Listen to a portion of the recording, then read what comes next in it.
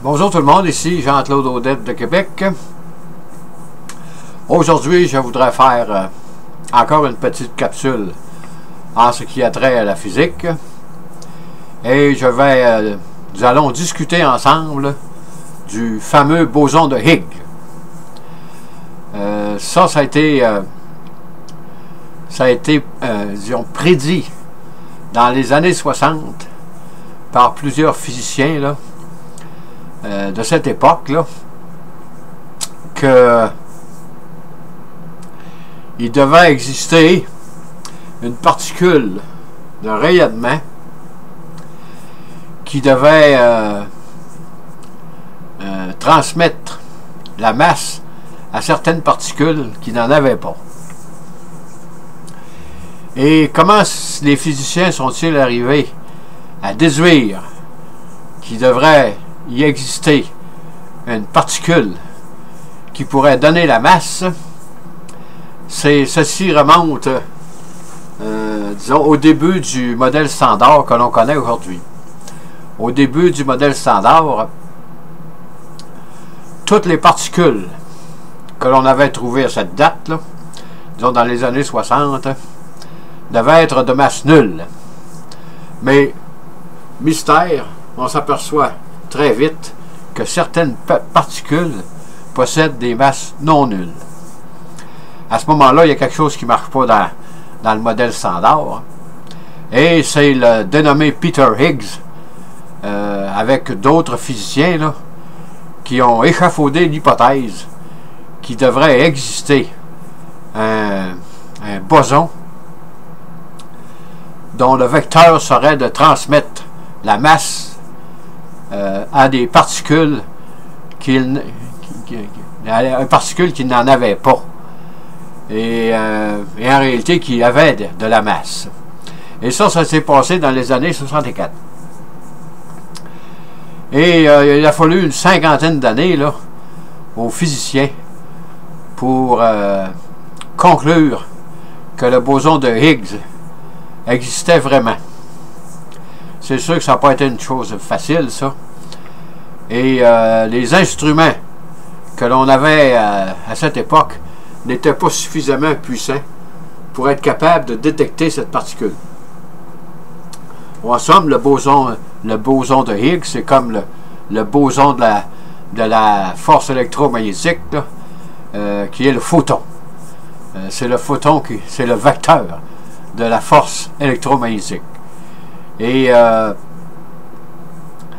comme je le disais, dans les années 60, 70, 80, les accélérateurs que nous possédions n'étaient pas assez puissants pour dégager assez d'énergie pour être capable d'identifier ce boson.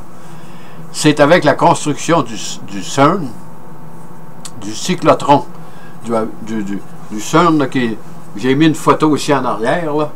Voyez-vous, ça a 27 km de diamètre. Et c'est situé entre la France et la Belgique, je crois, là, une partie en France, une partie en Belgique. Et une centaine de mètres de profondeur sous la Terre. Dans cet accélérateur de particules, je crois qu'il y a au-delà de 4000 physiciens qui travaillent là, continuellement à l'année là, pour des travaux de recherche. Et c'est sûr que les physiciens devaient être sûrs de leur affaire pour convaincre les gouvernements d'investir des milliards de dollars pour construire cette machine. Et ils avaient vu juste, car le boson de Higgs existe vraiment, et ça a été prouvé, ça a été découvert en 2012 et confirmé en 2013. Et Peter Higgs et un autre physicien a reçu le prix Nobel pour cette découverte.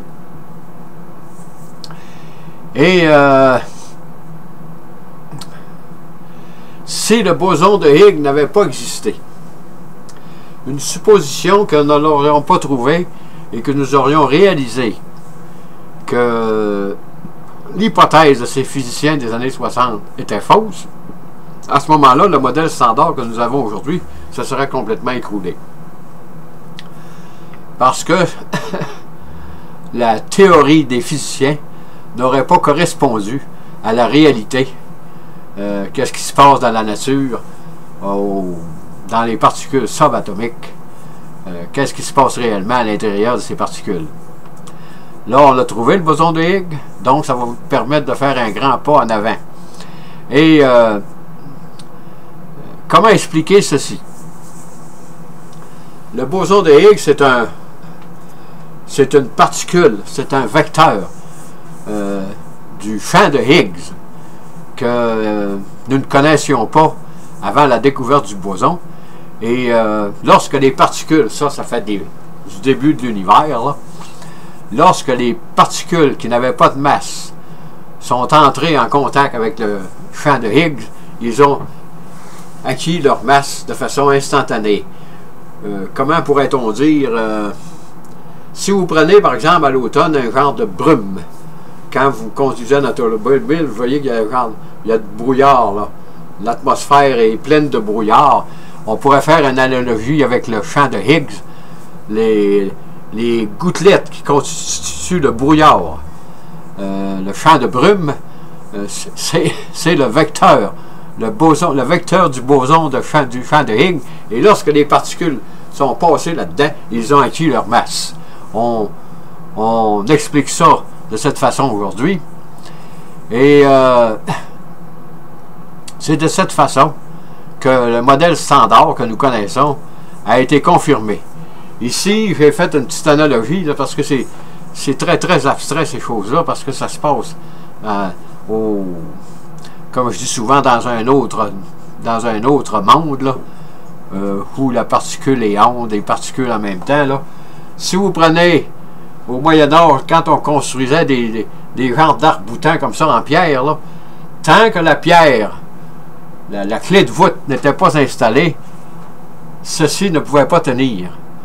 Alors, il fallait un système d'échafaudage pour tenir ça tout le temps de la construction, tant que nous n'avons pas installé la clé de voûte, la pierre finale, qui va retenir tout ça ensemble. L'échafaudage que je montre là, en rouge pointillé, et en droite et tout le tour de l'arc-boutant, ce sont les formules mathématiques des physiciens qui prévoyaient qu'il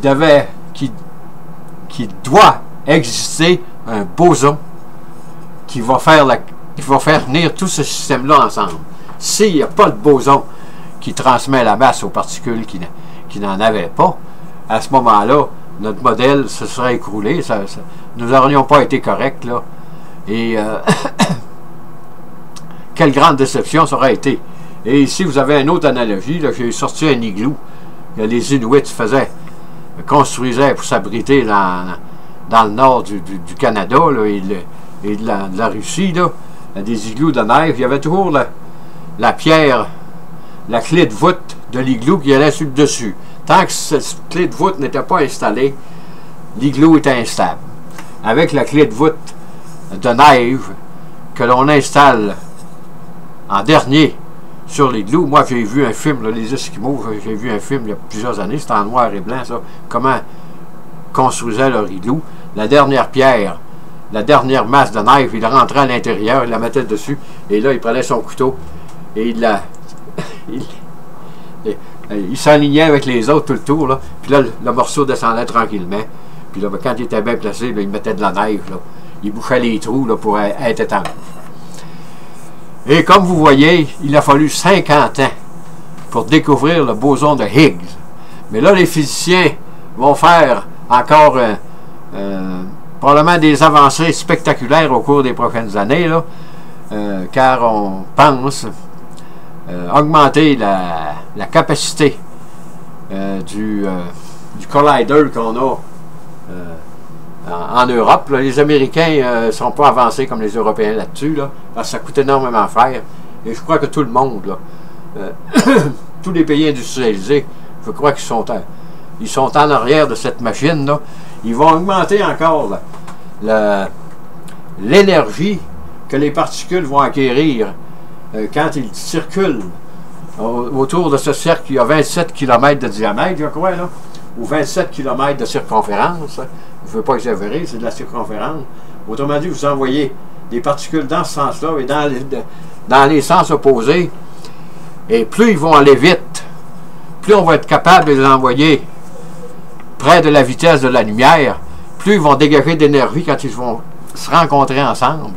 Et ça va permettre de découvrir encore des particules avec de plus haute énergie. Sans ça, on ne peut pas les voir, parce qu'on n'a pas l'énergie pour les faire éclater, là, pour qu'on puisse les voir avec cet appareil-là. À ce moment-là, vous voyez que la physique, ça prend énormément de temps aux physiciens pour être capable de prouver ce qu'ils ont avancé mathématiquement. Et ceci est encore une grande prouesse du génie humain. Et plus on avance dans ce domaine, plus on s'aperçoit qu'on ne connaît pas grand-chose. Et en terminant, je terminerai un peu sur cette petite constatation que, comment je dirais ça, là? Qui que ce soit qui ait conçu l'univers que nous connaissons, vous pouvez l'appeler n'importe quoi. Vous pouvez lui donner n'importe quel nom. Mais de plus en plus, on réalise qu'il était probablement pas mal plus intelligent que nous les hommes. Mais nous avançons et nous allons probablement découvrir que comment ça se fait. Comment se fait-il que tout a commencé avec une singularité?